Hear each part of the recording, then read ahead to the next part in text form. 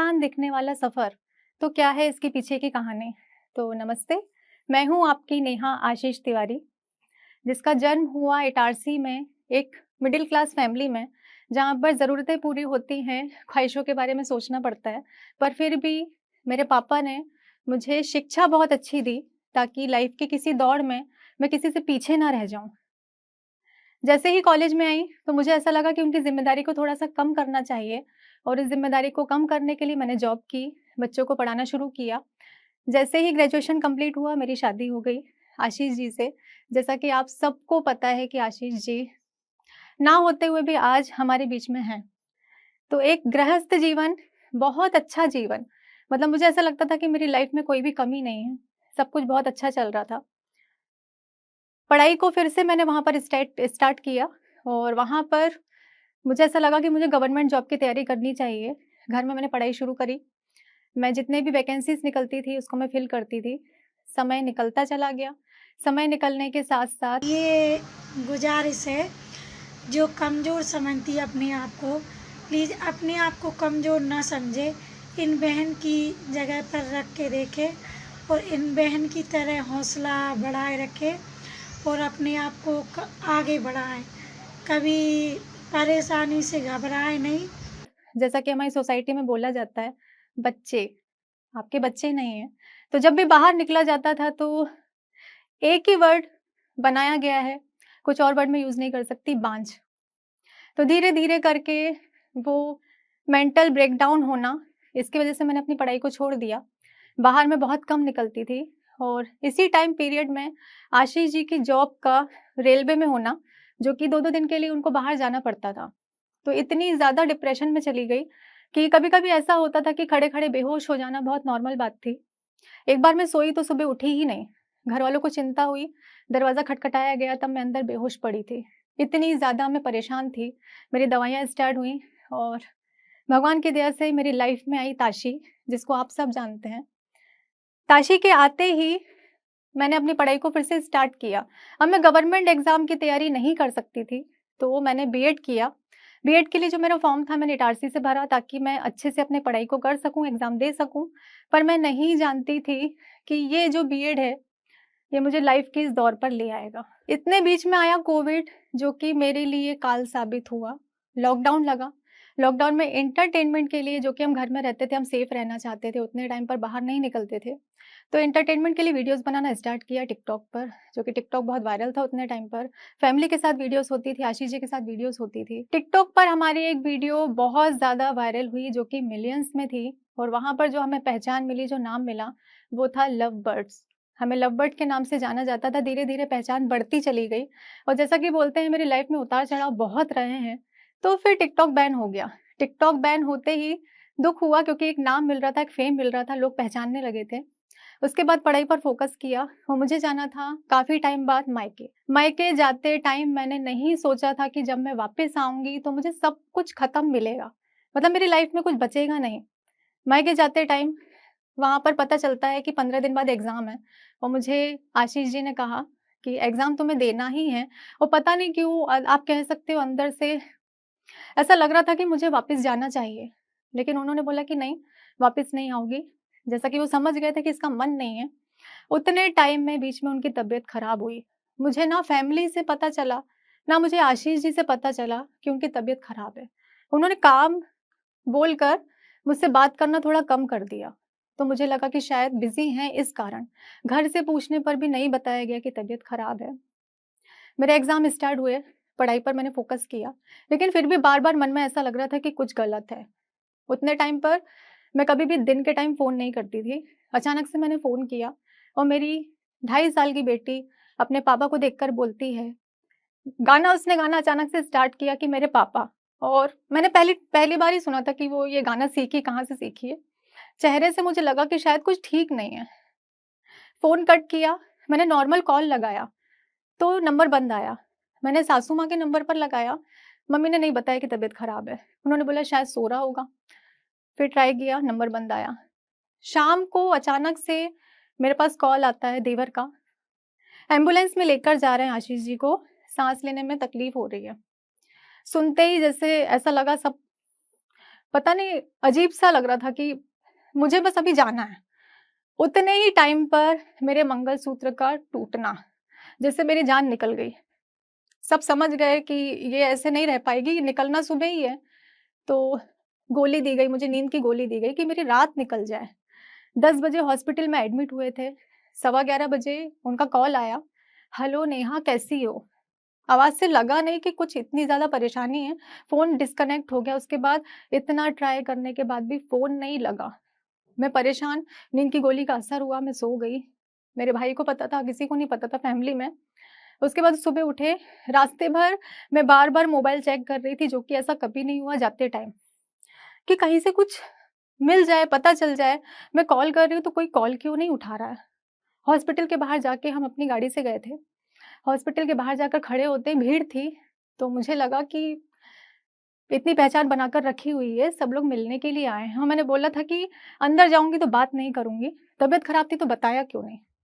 जैसे ही उतरती हूँ वहाँ पर, मेरे देवर मुझे हाथ पकड़ के लेके जाते हैं।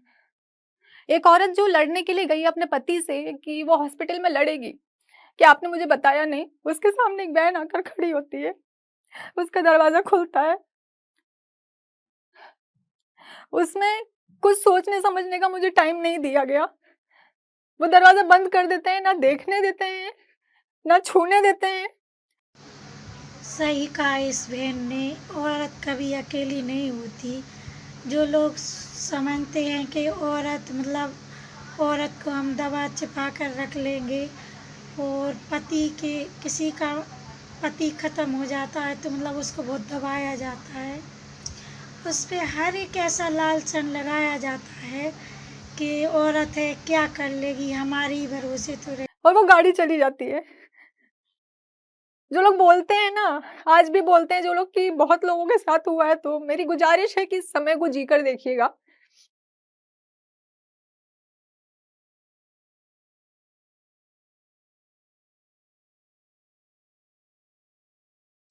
वहाँ पर मैं बेहोश होती हूँ, मुझे कुछ भी नहीं पता उसके बाद क्या हुआ। मैं जब होश आता है तो मैं घर में होती हूँ। घर में मेरी बेटी फिर वही गाना गा रही है, मेरे पापा, मेरे पापा। उतने टाइम कुछ समझ में नहीं आया, सिर्फ़ एक शब्द था कि क्या हुआ उन्हें, मेरे पति के साथ क्या हुआ? क्योंकि मैं नहीं थी, वो अच्छे खासे जब हॉस्पिटल गए थे, जैसा कि बताया गया कि सिर्फ़ साँस लेने में तकलीफ़ थी, तो उनके साथ क्या हुआ? इस बात का जवाब ना मिलने पर बार-बार यही कहकर कि समय होते ही बताया जाएगा, मैं घरवालों से हार गई। मैंने बहुत विनती की, मुझे एक बार हॉस्पिटल ले जाओ, मुझे लेकर नहीं जाया गया कि तुम अभी ठीक नहीं हो, तुम्हारे ठीक होने का वेट किया गया कि एक औरत कब ठीक होगी ना, वो भी टाइम पीरियड होता है कि ठीक होगी। थक हार कर मेरे पति के 10वें के दिन मैंने एक वीडियो बनाई, जिसमें मैंने पब्लिक से बोला कि मुझे सपोर्ट चाहिए। मैंने अपने कमरे में बनाई थी और बहुत हार के बनाई थी, क्योंकि ऐसा होता है ना कि एक तो पहले ही मेरा सब कुछ चला गया, सिर्फ़ शरीर बचा है, आत्मा तो है ही नहीं। उस शरीर तक को नोचने से लोगों ने पीछे नहीं हटे वो लोग। मेरे साथ इतनी जल्दी तो मौसम नहीं बदलते हैं, जितनी जल्दी रिश्ते बदल गए, घर बदल गया।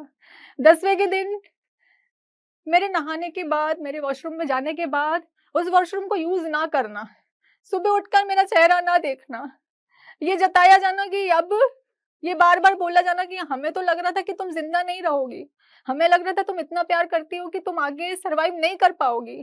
तो मेरे ज़िंदा होने पर सवाल उठाना, क्योंकि मैं प्यार करती थी तो मुझे ज़िंदा रहने का हक नहीं है, मुझे चले जाना चाहिए था। मैंने थक-हार कर वो वीडियो बनाई, उस वीडियो को मैंने इंस्टाग्राम पर पोस्ट किया और पब्लिक के सपोर्ट से, मेरे दोस्तों के सपोर्ट से वो वीडियो इतनी वायरल हुई कि सुबह उठते से जितने भी पॉलिटिशियन थे, जितने भी न्यूज़ चैनल वाले थे, वो मेरे घर के नीचे खड़े थे, इंटरव्यू लेने के लिए। वहाँ भी मुझे फैमिली के द्वारा रोक दिया गया। नहीं, इंटरव्यू नहीं दोगी, जाने वाला चला गया, ये बोला गया। जब मेरी बात सवा 11 बजे उनसे हुई थी, मेरे पूछने पर जब मुझे बताया गया कि 11:40 पर डॉक्टर ने ये बोल दिया था कि अब आशीष जी नहीं हैं, तो क्या हुआ उतने बीच जब डॉक्टर ने ये कहा था कि उन्हें सिर्फ़ ऑक्सीजन की ज़रूरत है, एडमिट करते टाइम जब उन्हें ये नहीं बताया गया कि सीरियस पेशेंट है। अगर सीरियस पेशेंट था तो आईसीयू में एडमिट क्यों नहीं किया, जनरल में एडमिट क्यों किया? अगर ऐसा लग रहा था कि कोई परेशानी की बात है तो ईसीजी, बीपी कुछ भी चेक नहीं किया गया, तो किस बेस पर ये लोग मुझे रिपोर्ट देंगे? ये सोचकर वो डर गए। उसके बाद उन्होंने रिपोर्ट नहीं दी, बहुत चक्कर कटवाए। वही सवाल लेकर मैं पहुँची कलेक्ट्रेट ऑफ़िस। वहाँ पर घंटों बाहर बिठाया गया। मुझे एक डेट दी गई, उस डेट पर एसडीएम, एडीएम मुझसे बात करने वाले थे, उनकी टीम मुझसे बात करने वाली थी। उस टीम के साथ जब मेरी कन्वर्सेशन हुई, उनकी जो भी रिपोर्ट उनके पास थी, उसके अकॉर्डिंग आशीष जी को कोविड नहीं था। तो मेरा एक ही सवाल था, जब कोविड नहीं था तो बॉडी हमें क्यों नहीं दी गई? हमें घर क्यों नहीं ले जाने दिया गया? छूने क्यों नहीं दिया? देखने क्यों नहीं दिया? जो भी अंतिम दाह हुआ है, वो अंतिम दाह मेरे देवर ने पूरी किट पहनकर किया है। तो फिर ये सब क्यों किया गया? हमारे घर को अगर उतने टाइम आपको लग रहा था कि कोविड था, तो सैनिटाइज़ क्यों नहीं किया गया? या तो नियम आपने यहाँ से नहीं माने, या तो नियम आपने वहाँ से नहीं माने, लेकिन ले देकर मुझे ये नहीं बताया गया कि पति के साथ क्या हुआ। रिपोर्ट माँगने पर टाल दिया जाना, यहाँ रिपोर्ट करना, वहाँ रिपोर्ट करना। जब वो टीम बैठाई गई, वहाँ से उनके जो सवाल थे, उसके क्रॉस कनेक्शन जब मैंने किए, तो वहाँ लोगों ने ये बोला कि मैडम टाइम हो गया है, तो आप नेक्स्ट डेट पर आना। और वो नेक्स्ट डेट मुझे आज तक नहीं मिली, क्योंकि मैंने सवाल किए। उन्हें ऐसा लग रहा था कि वो दबा लेंगे, 3-4 लोग मिलकर मुझ पर हावी हो जाएँगे, ऐसा नहीं हुआ। ऐसा ना होने पर मुझे आज तक डेट नहीं दी गई है। उसके बाद मैं कलेक्टर ऑफ़िस गई, जो शायद रिकॉर्डिंग आज भी मेरे पास होगी। वहाँ जाकर मैंने जब उनसे पूछा, "क्या किया आपने हमारे लिए, हमारी फैमिली के लिए? 2.5 साल की मेरी बच्ची उस घर में थी, तो कोविड अगर मेरे पति को था, तो आपने सैनिटाइज़ क्यों नहीं करवाया? आपने अपने फ़र्ज़ को पूरा क्यों नहीं किया गया?" उस समय मुझे वहाँ से जवाब मिला, "अरे! हर रोज़ इतने सारे लोगों की मौत हो रही है, किस-किस को देखते फिरेंगे?" ये शब्द थे वहाँ के कलेक्टर के। उसके बाद वहाँ से हताश होकर मैं घर आई। मेरा ये सवाल आज भी जारी है। मुझे आज भी नहीं पता चला कि मेरे पति के साथ क्या हुआ है। उस डॉक्टर को जब मैंने बोला कि एक बार मुझे इस डॉक्टर से मिलवा दिया जाए, या फिर आप मीटिंग कर रहे हैं, उस डॉक्टर को यहाँ बुला लिया जाए। मुझे उसके आगे कुछ भी नहीं चाहिए। मैं सिर्फ़ उनसे सीधा सवाल करना चाहती हूँ। उस डॉक्टर को आज तक नहीं मिलवाया गया मुझसे। वो डॉक्टर कहाँ गए, वो आज तक नहीं पता है। तो कहाँ है वहाँ के डॉक्टर? ज़िंदगी किसी और की बर्बाद हो रही है, जैसे मेरी हुई है, तो गुज़ारिश है, मत करिए। मत करिए यार, किसी का घर तबाह हो जाता है। उसके बाद भी ज़िंदगी की जंग जो होती है ना, वो यहाँ से स्टार्ट हुई। मेरा जो सफ़र था ना, वो यहाँ से स्टार्ट हुआ। पति के बाद अकेली औरत। अकेली औरत से ये उम्मीद की जाती है कि वो एक सफ़ेद साड़ी में रहेगी, वो अपनी बच्ची का हाथ पकड़ेगी और ये बोलेगी, "अब मैं क्या करूँ? अब मेरे पास कोई रास्ता नहीं बचा है, तो मुझे घर चाहिए। मुझे एक टीचरशिप की जॉब मैं कर सकती हूँ, मेरी बेटी को आपको रखना पड़ेगा 5 घंटे के लिए, उसके बदले आप मुझे घर में रखेंगे क्या?" तो ये सवाल मैं करती। मैं इतना ही कर सकती थी बस, मैंने नहीं किया। मैं मायके आई, हाँ, मैं सोशल मीडिया पर एक्टिव हूँ। जैसा कि लोगों ने बहुत ताने दिए कि यार इतनी जल्दी सोशल हो गई यार, तो क्या सोशल हो गई मैं? क्या किया मैंने? नेहा ने क्या किया? मेरे साथ मेरी 2.5 साल की बच्ची, मेरे हाथ में मेरी कोई जमा पूँजी नहीं थी, 1 रुपए मेरे पास मेरा नहीं था। मैं वहाँ से कपड़े तक लेकर नहीं निकली थी। मायके में रही, थोड़े टाइम में ऐसा लगने लगा कि मैं क्यों हूँ? यूँ सवाल अपने आप पर कि मैं क्यों हूँ? उस समय जो मेरे पिल्लर बने, वो थे मेरे भाई, वो थी मेरी फैमिली कि नहीं, तुम्हें जीना है। एक दिन मेरी बेटी मेरे पास आती है, यूट्यूब की एक वीडियो बताती है कि मम्मा मुझे ये चाहिए। उस समय उसकी मम क्या करेगी? किसके पास जाएगी ये बोलने के लिए कि उसको ये चाहिए? तब सोचा कि नहीं, मैं ऐसे रुक नहीं सकती हूँ, मैं ऐसे थक नहीं सकती हूँ। तब मैंने इंस्टाग्राम पर एक स्टोरी डाली, जिससे मुझे इनकम हुई 150 रुपए की। तब मुझे लगा कि मैं घर बैठे ये कर सकती हूँ, क्योंकि अगर मैं जॉब करने जाऊँगी, तो मुझे बेटी को छोड़कर बाहर जाना पड़ेगा। उतने में फिर से कोविड की दूसरी लहर आई, लॉकडाउन लग गया। तब जो मेरे कमाई का साधन था, वो था इंस्टाग्राम। वहाँ पर फिर मैंने कोलैबोरेशन स्टार्ट किए, ड्रेसेस आने लगी और उन ड्रेसेस को लेकर जो मैंने वीडियोज़ बनाना स्टार्ट किया, सबसे पहला ताना मुझे मिला ससुराल से। मैंने आज तक ये बात शेयर नहीं की, आज मैं कर रही हूँ। ससुराल से ये ताना सुनने के लिए मिला कि बहुत जल्दी लाइफ़ में आगे बढ़ गई हो तुम, ऐसा नहीं सोचा था। तो कितनी जल्दी आगे बढ़ गई मैं, क्या करना चाहिए था मुझे और कितना रुकना चाहिए था मुझे। अगर मैं ज़िंदगी भर रुकती तो क्या मेरे पति वापस आ जाते, या फिर मुझे उस पीरियड तक रुकना चाहिए था जब मैं इस दुनिया में नहीं होती? किसके लिए रुकना चाहिए था? मदद के लिए हाथ किसने बढ़ाया? किसी ने कुछ नहीं किया। मैं रुकी नहीं, सुनने के बाद भी मैं नहीं रुकी, मैंने अपने काम को शुरू किया। उसके बाद इंस्टाग्राम से मैं आई यूट्यूब पर, जो चैनल था यूट्यूब चैनल, वो टिकटॉक से मैंने स्टार्ट किया था लोगों की फ़रमाइश पर, जिसका नाम था लव बर्ड। उसको मैंने चेंज करके उसका नाम कर दिया नेहा आशीष तिवारी, ताकि मैं आशीष जी के नाम को हमेशा ज़िंदा रख सकूँ। मैंने सोचा कि मुझे अपना एक घर चाहिए, उस घर के लिए मुझे मेहनत करनी पड़ेगी। तो मैं कहाँ जा सकती हूँ? क्योंकि मुझे एक काम शुरू करना पड़ेगा, सोशल मीडिया के भरोसे मैं नहीं रह सकती हूँ। मुझे फ़ेम नहीं चाहिए, मुझे मेरी बेटी का फ्यूचर चाहिए। उतने टाइम पर मेरा भाई जॉब करता था भोपाल में, मैं उसके पास गई, वहाँ पर मैंने घर ढूँढा, वहाँ पर मैं क्या काम शुरू कर सकती हूँ ये देखा। तो काम शुरू करने के लिए इन्वेस्टमेंट की ज़रूरत होती है, वो मैं कहाँ से लाती? मैं क्या करती? क्योंकि जितना मिलता है उतने में मैं कोई भी काम शुरू नहीं कर सकती हूँ। बैंक गई कि हम एक आज़ाद देश में रहते हैं, संविधान ने इतने सारे हमारे लिए, औरतों के लिए इतना कुछ निकाल कर रखा हुआ है। बैंक गई, बहुत दिक्कतें हुई, फिर भी ये बोला गया कि लोन मिल जाएगा।